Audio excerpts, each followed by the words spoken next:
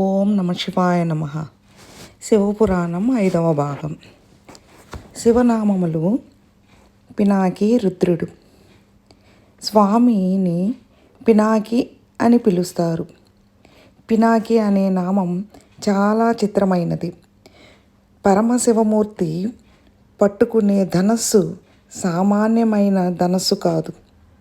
మేరు పర్వతమును ధనస్సుగా పట్టుకుంటారు. శంకరుడు రాక్షస సంహారం చేస్తే తాను ఎలా ఉన్నాడో అలానే ఉండి చేస్తాడు. వేరొక రూపమును తీసుకుని సంహారం చేయడు. కానీ శివుడు ధనస్సు పట్టుకున్నట్లు మనకు శాబ్దికముగా తెలుస్తుంది, వేదముల వలన తెలుస్తుంది. యజుర్వేదంలో శ్రీరుద్వం నమస్తే రుద్రామన్యన ముతోత ఇషవే నమః అని ప్రారంభమవుతుంది. స్వామి, మీ కోపమునకు ఒక నమస్కారం. ఆ మాట చెప్తున్నారు. కోపంగా ఉన్నవాడు తన చేతిలో ఉన్న ఆయుధము నుండి బాణములను విడిచిపెడతాడు. ఇవి మిమ్మల్ని రోధింపజేస్తాయి. మరి ఆయన ఎందుకు అలా ధనస్సు పట్టుకోవాలి? రుద్రుడు మనం చేసిన తప్పులను మానను శిక్షించడానికి ధనస్సును పట్టుకుని ఉన్నాడు. అదే మేరు పర్వతము బంగారు ధనస్సు సంధించడానికి 2 పక్కల తూనీరములు ఉన్నాయి. దీనిని ఈశ్వరుని ఘోర రూపము అంటారు. మీరు చేసిన పాపం ఫలితం ఉన్నది. మీరు బాధపడితే తప్ప ఆ పాపం పోదు. కాబట్టి ఇప్పుడు మిమ్మల్ని ఏడిపించాలి.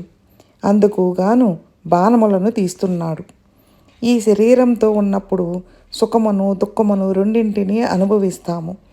ఈ శరీరంతో పాపపుణ్యములను రెండింటినీ చేస్తాము. తప్పు చేశాము కాబట్టి దుఃఖము అనుభవించాలి. నేను పాపము చేశాను కానీ నన్ను అంత ఏడిపించకు, తట్టుకోలేను. నేను ఏడిస్తే చివరకు నీ పాదముల యందు విస్తృతి కలుగుతుంది. నేను ఆ ఏడుపులో ఉండిపోతాను. నేను ఆ బాధతో ఉండడంలో నా జీవితంలో కొంతకాలం నీ పాదములకు దూరం అయిపోతాను. నిష్ఠతో నీ పాదములను పట్టుకోలేని స్థితి నాకు వచ్చేస్తోంది. కాబట్టి ఈశ్వరా, నీ కోపమునకు ఒక నమస్కారం. ఈశ్వరా, నీ ధనస్సునకు ఒక నమస్కారం. నీ బాణములకు ఒక నమస్కారం. యాత ఇషు వశివతమా శివం బభూవతే ధమః. కాబట్టి నీవు మేము సంతోషించే బాణములు వేయాలి. నా యందు దయ ఉంది, నన్ను నీ త్రోవలో పెట్టుకో అని ప్రార్థిస్తే ఇప్పుడు ఆయన ప్రసన్నుడవుతాడు. ఇప్పుడు ఆయన పట్టుకున్న ధనస్సుకు మొదట్లో పట్టుకున్న ధనస్సుకు తేడా కనిపిస్తుంటుంది. పినాకిని అనే శబ్దమును మీ జీవితమునకు అన్వయము చేసుకోవడానికి రుద్రం ప్రారంభం ఇలానే మాట్లాడింది. ఇది అసలు ధనస్సు. మీరు తప్పు చేస్తే ఘోర రూపంతో ఈశ్వరుడిని చూడవలసి వస్తుంది. తప్పు చేశారని చెప్పుకోవలసిన రోజు మీ జీవితంలో ఎందుకు రావాలి? మీరు జీవితంలో శాంతమైన శివ దర్శనమును కోరుకున్నవారై ఉండాలి. అనగా తప్పులు చేయకుండా ఉండడానికి ప్రయత్నించాలి. ఆయన బంగారు ధనస్సును పట్టుకుని మీరు చేసిన పాపములకు తగిన శిక్షను విధిస్తూ మీ పాపములను పరిహారం చేస్తున్నాడు. ఎంత పాపం చేసిన వాడైనా ఆయన పాదములను పట్టుకున్న వాడైతే ఆయన పాదముల యందు విస్మృతి కలగవలసిన అవసరం లేదని రీతిలో తప్పించి వాడు భరించగలిగినంత దుఃఖమును మాత్రమే ఇచ్చి తప్పిస్తాడు. కాబట్టి మీరు ఇప్పుడు శిక్ష వేయడంలో కూడా ఆయన ఒక తండ్రి బిడ్డలను చూసుకుంటున్నట్లు చూసి కొడతాడు.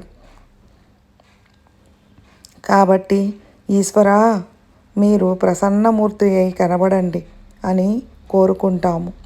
అసలు సనాతన ధర్మంలో మిమ్మల్ని భయపెట్టడానికి మీరు చేసే పాపమునకు ఫలితం ఇచ్చేవాడు ఒకడు. మీ భయం తీయడానికి ఒకరు వేరుగా ఉండరు. భయకృత్ భయానాశానాః. భయమును సృష్టించేవాడు పరమాత్మే. భయమును తీసేసేవాడు పరమాత్మే. ఇది సనాతన ధర్మమునందు ఉన్న జీవాధార.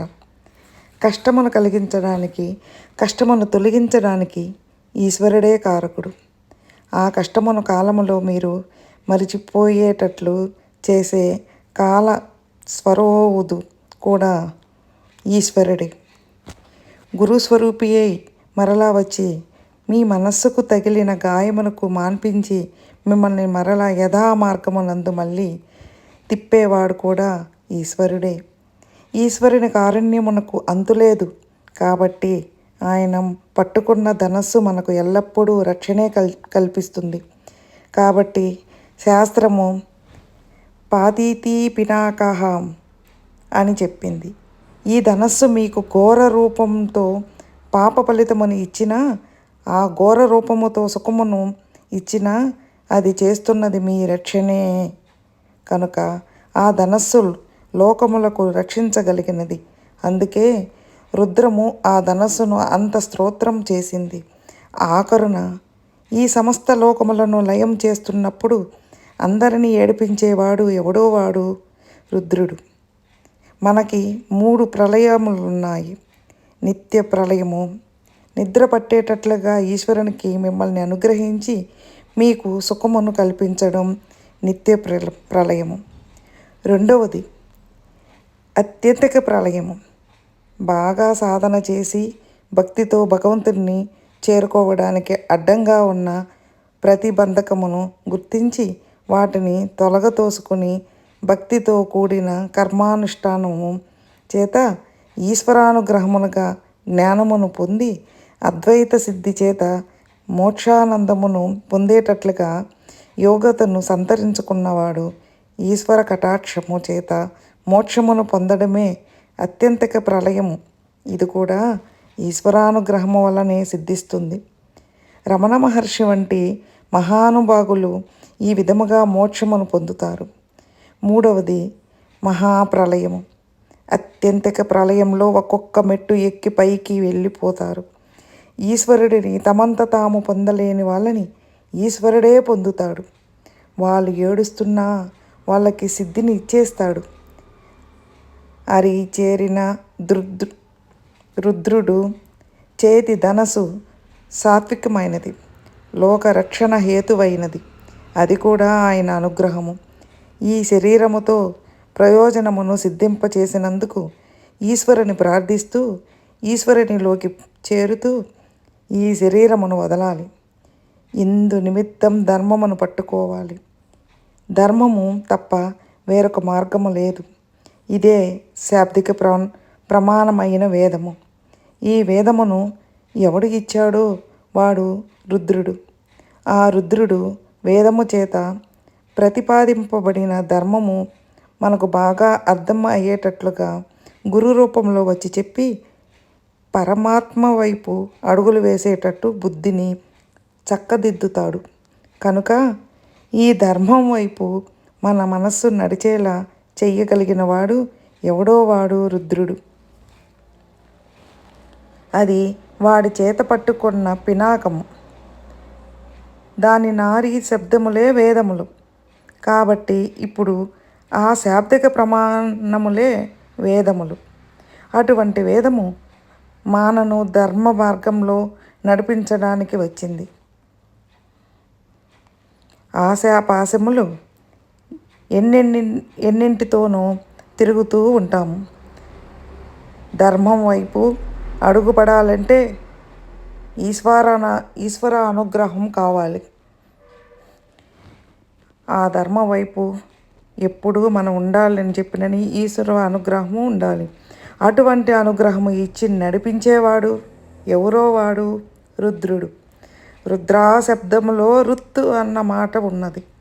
ఈ రుత్తు భర్తేభ్యోద్రావయతి. రుత్ అంటే ప్రతిబంధకము, అడ్డము. ఒక అడ్డము ఉండడం వలన వ్యక్తి ఈశ్వరుడిని చేరలేకపోతున్నాడు. మనసు ఈశ్వరాభిముఖం కావడం లేదు. ఎవరు భగవంతుని నిజంగా కోరుకొని నేను ఈ కోరికల వలన నిన్ను పొందలేకపోతున్నాను, వీటి నుండి నా మనస్సు మరల్చు అని ఈశ్వరుడికి చెప్పుకున్నాడో ఆ నిజాయితీకి పొంగిపోయి ఈశ్వరుడు ప్రతి బంధకమును తీసేస్తాడు. మీరు ఈశ్వరుడిని చేరడానికి ఏది ప్రతి బంధకమో నమస్తే రుద్ర మన్యవ ఉతోత ఉషావే నమః అని అభిషేకం చేస్తే, రుద్రమును పారాయణ చేస్తే, శివాష్టోత్తరం చదివితే ఆయన ఆ ప్రతిబంధకమును తీసేస్తాడు. ఇది రుద్ర. అందుకని నమస్తే రుద్రమన్యవ అంటూ వెళ్ళి ఆ చేతితో ధనస్సును రుద్ర శబ్దంతో కలవడానికి కారణం అది. రోదమతి శత్రున్ ఇది రుద్ర. ఇప్పటి వరకు మనల్ని ఏడిపించిన వారు లేదా లోకమునకు శత్రువులైన వారు రాక్షసులు ఒంట్లో బలం ఉన్నది కదా అని ఈశ్వర మార్గమును విస్మరించి తిరిగారు. అటువంటి వాళ్ళను మట్టు పెట్టగలిగిన వాడు రుద్రుడు. వాళ్ళని ఏడిపించగలిగిన వాడు రోదనం. ద్రావతి ఇతివా రుద్ర. నీకు ఏదో ఒక కారణం చేత అపారమైన దుఃఖము ఉన్నది. ఈశ్వరానుగ్రహం బాగా ఉన్నట్లయితే ఆ వస్తువును శాశ్వతంగా దూరం చేయకుండా మీ కళ్ళ ముందే ఉంచి ఒక్కొక్కసారి మీకు లేనిది చేయవచ్చు. శంకరుడు ధనస్సు పట్టుకుంటే వేదములో దీనికి సంబంధించిన మంత్రములు ఎన్నో వచ్చాయి. ఇలా ఎందుకు రావాలి అని అడిగారు. పినాకః త్రిపుర దాహకాలే జ్వాలాజాలైర్నాకాం పిహితవాన్ పినాకహాం త్రిపుర దాహకాలే జ్వాలా జాలైర్నాకం పిహితవాన్ పినాకహాం తదా మేధుధనుస్మాత్ అన్నారు. లోకమనందు ఎక్కడా లేని రీతిలో బంగారుదైన మేరు పర్వతమును తన చేతిలో ధనస్సుగా పట్టుకొని నిలబడినవాడు. అటువంటి ధనస్సు కాంతుల చేత సమస్త లోకములు కప్పబడిపోయి రాత్రి అనక పగలనక బంగారు కాంతి యందు అన్ని లోకములు ఎప్పుడు ప్రకాశించాయో అలా ధనస్సు చేతిలో ఎవడు పట్టుకున్నాడో వాడి చేత ధనస్సే చిత్రం. అలా ధనస్సును పట్టుకున్నాడు కాబట్టి అతనిని పినికి అని స్తోత్రం చేస్తున్నారు. కాబట్టి అన్ని విషయములను సమన్వయము చేస్తూ మనకి పెద్దలు ఆయన చేతిలో ఉన్న ధనస్సు మనలను ఇచ్చి రకములుగా ఉద్ధరించగలడు అని చెప్పారు. అందువలన ధనస్సును చూడడం, ఆ ధనస్సు గురించి చెప్పిన రుద్రమును పారాయణ చేయడం, ఆ రుద్రంతో అభిషేకం జరుగుతుంటే ప్రశాంతంగా కూర్చుని వినడం, మీకు చేతనైతే మీరే కూర్చుని చదువుకుని మురిసిపోవడం నేర్చుకోవాలి. ఓం నమః శివాయ నమః. శివపురాణం 6వ భాగంలో కలుసుకున్నాము.